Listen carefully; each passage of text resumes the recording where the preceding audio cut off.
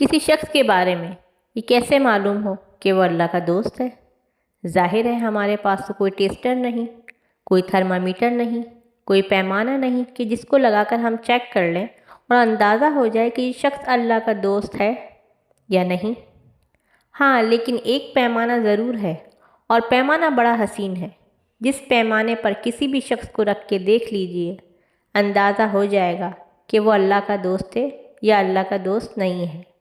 خواجہ معین الدین چشتی رحمۃ اللہ علیہ کا قول مبارک ہے کہ جس شخص میں 3 خصلتیں پائی جائیں تو سمجھ جائیں کہ وہ اللہ کا دوست ہے۔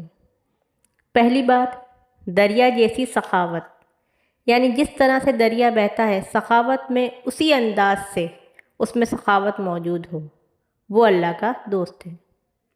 دوسری بات فرماتے ہیں کہ آفتاب جیسی شفقت، یعنی روشنی پورے جہان کے اندر پھیلتی ہے۔